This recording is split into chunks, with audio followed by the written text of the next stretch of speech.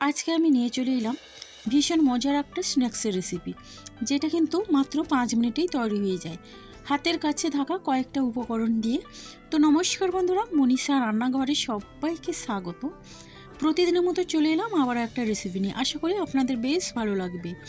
তো তাহলে চলুন বন্ধুরা, রেসিপিটি শুরু করে দেখে নেওয়া যাক এই রেসিপির জন্য আমার কী কী উপকরণ লাগে। তো প্রথমে দেখুন, একটা মাঝারি সাইজের বাটিতে 1 বাটি পরিমাণ নিয়েছি চিড়ে। আর এই চিড়েটা কিন্তু পাতলা নয়, একটু মোটা চিড়ে। তো প্রথমে কিন্তু একটা মিক্সিং বোলের মধ্যে আমি চিড়েটা নিয়ে নিলাম। এবার আমি চিড়েটা বেশ পরিষ্কার করে ধুয়ে নেব, যেহেতু চিড়ের মধ্যে অনেক ময়লা থাকে। তো বন্ধুরা, হাতের কাছে কিন্তু চিড়ে থাকলে আপনারা মাত্র 5 মিনিটেই এইরকম একটা স্ন্যাক্স রেডি করে নিতে পারেন। সন্ধ্যের সময় চায়ের সঙ্গে কিন্তু দারুণ লাগে খেতে। দেখুন বন্ধুরা, এইভাবে করে কিন্তু আমি জল পাল্টে পাল্টে চিড়েটা এখন আমি ধুয়ে নেব। এবার দেখুন, চিড়ে ধুয়ে নিয়েছে, ঢাকনা দিয়ে আমি এটা রেখে দিচ্ছি মিনিমাম 5 মিনিটের মতো রেস্টে। এদিকে দেখুন, 2টো কাঁচা আলু নিয়েছি, আর আলুগুলোর খোসা আমি এখন এইভাবে তুলে নিচ্ছি। তো কাঁচা আলু আর চিড়ে দিয়ে এইরকম ঝটপট রেডি হয়ে যায় এই স্ন্যাক্সটা। একবার হলেও বন্ধুরা আপনারা ট্রাই করবেন, আর কেমন লাগলো কমেন্ট করতে ভুলবেন না। আপনাদের একটা মিষ্টি কমেন্ট কিন্তু আমাকে অনেকটা উৎসাহ দেয় নতুন নতুন রেসিপি বানানোর জন্য। এখন কিন্তু আমি এই আলুগুলোকে ছোট ছোট করে ডুমো ডুমো করে কেটে নেব। বন্ধুরা, এখানে কিন্তু আমার আলু এইভাবে চৌকো করে কেটে নেওয়া হয়ে গেল। এখন আমি আলুগুলোকে ধুয়ে পরিষ্কার করে চলে এলাম। বন্ধুরা দেখুন, এখন আমি যে চিড়েটা ভিজিয়ে রেখেছিলাম, তো চিড়েটা এখন দেখুন খুব সুন্দরভাবে কিন্তু নরম হয়ে গেছে। এরপর একটা মিক্সিং বোলের মধ্যে আমি চিড়ে নিয়ে নিচ্ছি। এর মধ্যে কিন্তু কোনো রকম জল দেওয়া যাবে না, যেহেতু চিড়েতে একটু এক্সট্রা জল আছে। এরপরে আমি ওই কেটে রাখা আলুটা দিয়ে দিলাম। এখন আমি এর একটা মিহি পেস্ট করে নিয়েছি, আর দেখেই বুঝতে পারছেন বন্ধুরা কত সুন্দরভাবে কিন্তু পেস্ট হয়ে গেছে। এরপর দেখুন, এই চিড়ের মধ্যে এখানে আমি দিয়ে দিচ্ছি আটা। তো এখানে আমি 1 বাটি পরিমাণে আটা দিয়ে দিলাম, আর আটা দিয়ে এখন বেশ ভালোভাবেই কিন্তু আমি মিশিয়ে নেব। তো তার আগে এখানে দিয়ে দিচ্ছি স্বাদ অনুসারে লবণ, 1/2 চামচ পরিমাণে দিয়ে দিলাম গোটা সাদা জিরে।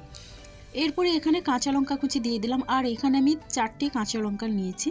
এবার আমি 1/2 ইঞ্চ পরিমাণে আদা নিয়েছি, আর আদাটাকে এইভাবে গ্রেট করে নিচ্ছি। এখানে কিন্তু আমি পেঁয়াজের ব্যবহার করছি না। যদি আপনারা পেঁয়াজ পছন্দ করেন, পেঁয়াজ খেতে চান, তাহলে অবশ্যই পেঁয়াজ কুচি দেবেন। দেখুন বন্ধুরা, আদা গ্রেট করে দিয়ে দিলাম। আর এই রেসিপিতে কিন্তু বেশি মশলা আমি দেবো না, মাত্র সামান্য কয়েকটা মশলা দিয়ে কিন্তু আমি এই স্ন্যাক্সটা রেডি করে নেব। এবার আমি ধনেপাতা কুচি দিয়ে এখন বেশ ভালোভাবেই কিন্তু আমি এটা মিশিয়ে নেব। যত সুন্দরভাবে মেশানো হবে, এটা কিন্তু ভেতর থেকে অনেক ফুলকো হবে, আর এই নাস্তাগুলো খেতে কিন্তু ভীষণ সুন্দর হবে। তো দেখুন বন্ধুরা, এইভাবে আমি মিশিয়ে নিয়েছি। আর আমি মিশিয়ে নেওয়ার পরে এরকম করে আমি কিন্তু এটা সুন্দরভাবে এইভাবে ফেটে নেব, তাহলে কিন্তু অনেকটা এই ব্যাটারটা ফোলা ফাঁপা হয়। তো ব্যাটারটা কিন্তু আমার পুরো রেডি হয়ে গেছে। এরপরে আমি ভেজে নেওয়ার জন্য গ্যাসে একটা ওভেনে একটা কড়াই বসিয়ে দিয়েছি, আর কড়াইয়ের মধ্যে কিছুটা পরিমাণে আমি সাদা তেল দিয়েছি। তেলটাকে কিন্তু বেশ ভালোভাবে গরম করে নিয়েছি। এবার দেখুন, এখন আমি ছোট ছোট করে এইভাবে বড়ার মতো করে শেপ দিয়ে নিচ্ছি। এটা কিন্তু আপনারা চাইলে একটু বড়ও করতে পারেন।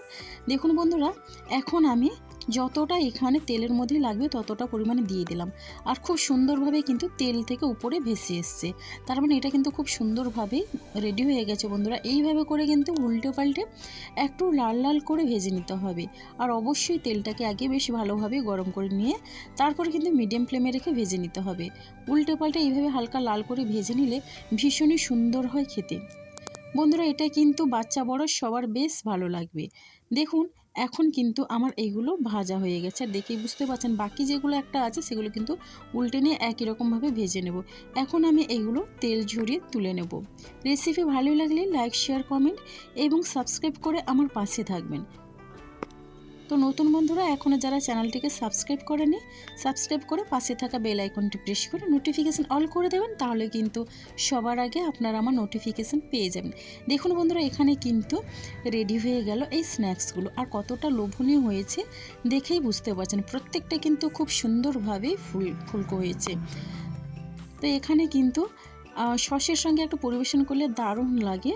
আর এটা কিন্তু যে কোনো সময় হালকা ফুলকা খিদে পেলে আপনারা তৈরি করে খেতে পারেন। এমনকি বাড়িতে কোনো গেস্টও আসলে খুব সহজে অল্প সময়ের মধ্যে আপনারা এটা রেডি করে দিয়ে দিতে পারেন। তাহলে দেখলেন বন্ধুরা, মাত্র 5 মিনিটে কত সুন্দর একটা স্ন্যাক্স রেসিপি রেডি হয়ে গেল। তাহলে আজকের রেসিপিটা আমার এই পর্যন্ত, আর আগামীকাল আসবো আবার একটা নতুন রেসিপি নিয়ে। আপনারা সবাই সুস্থ থাকুন, ভালো থাকুন। অসংখ্য ধন্যবাদ আর অনেক অনেক ভালোবাসা রইল আমার সোনা বন্ধুদের জন্য।